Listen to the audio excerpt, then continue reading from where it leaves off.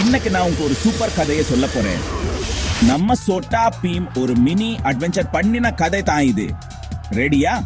வாங்க கதைக்குள்ள போகலாம்.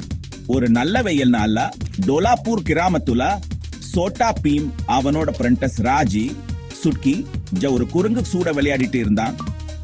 திடீர்னு காட்டுக்குள்ள இருந்து ஒரு வித்தியாசமா சத்தம் கேட்டுச்சு. நம்ம பீம் ரொம்ப துணிச்சல் உள்ளவன் இல்லையா, சத்தம் என்னன்னு பார்க்க போனா காட்டுக்குள்ள போக ஒரு மேஜிக் மாதிரி ஒளிர பாதை தெரிஞ்சது. இது என்னவா இருக்குன்னு பீம் யோசிச்சான். அந்த பாதையில போனா ஒரு குக்குள்ள கொண்டு போச்சு. அந்த குகை முழுக்க பளபளன்னு ஜெம்ஸ் மிஸ்டீரியஸ் பொருட்கள் எல்லாம் இருந்துச்சு. ஆனா கொஞ்சம் பொறுங்க, அங்க ஒரு சின்ன உயிரினமும் மாட்டிக்கிட்டு இருந்துச்சு. அது ஒரு குட்டி டிராகன். அது ஒரு பெரிய கல்லுக்கு அடியில மாட்டிக்கிட்டு அழுற மாதிரி இருந்துச்சு. பீம் உடனே ஹெல்ப் பண்ணணும்னு முடிவு பண்ணிட்டான்.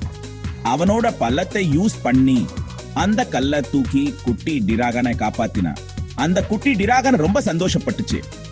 அது சத்தமா கத்தின உடனே குகை எல்லாம் ஆட ஆரம்பிச்சுது. பீமும் அவனோட ஃப்ரெண்ட்ஸும் சீக்கிரமா வெளியே ஓடி வந்தாங்க. அங்க என்ன தெரியுமா, அந்த டிராகன் கத்தினதா ஒரு புதையல் மேப் தெரிஞ்சுது. வா, இது ஒரு சூப்பர் அட்வென்ச்சரா இருக்க போகுதுன்னு ராஜு சொன்னான். அந்த மேப்பை பார்த்து ஆறு மலை எல்லாம் தாண்டி ஒரு பெரிய மரத்துக்கு போனாங்க. அந்த மரத்துக்குள்ள ஒரு பெரிய புதையல் பெட்டி இருந்துச்சு.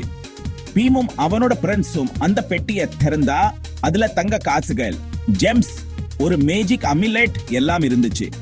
அந்த அமிலெட் இருந்தா எப்ப வேணும்னாலும் அந்த டிராகனை சூப்பிடலாம். எவ்வளவு சூப்பரா இருக்கு பாருங்க. பீம், சுக்கி, ராஜு, ஜக்கு எல்லாரும் டோலாப்பூருக்கு ஹீரோஸ் மாதிரி திரும்பி வந்தாங்க. புதையல எல்லார்கிட்டையும் பங்கு போட்டுக்கிட்டாங்க. அந்த குட்டி டிராகன் அவங்களோட ஃப்ரெண்ட் ஆகி கிராமத்தை காப்பாத்துச்சு. இப்படித்தான் சொட்டா பீம் ஒரு சின்ன அட்வென்ச்சர்ல துணிச்சல், ஃப்ரெண்ட்ஷிப், புதையல் எல்லாம் சேர்ந்தா ஒரு சூப்பர் கதையா மாறிடுச்சு. இந்த கதையை கேட்டதுக்கு ரொம்ப தேங்கஸ். நீங்களும் சொட்டா பீம் மாதிரி துணிச்சலா கருணையா இருக்கணும் ஞாபகம் வச்சுக்கோங்க. அடுத்த கதையில பார்க்கலாம். பாய்.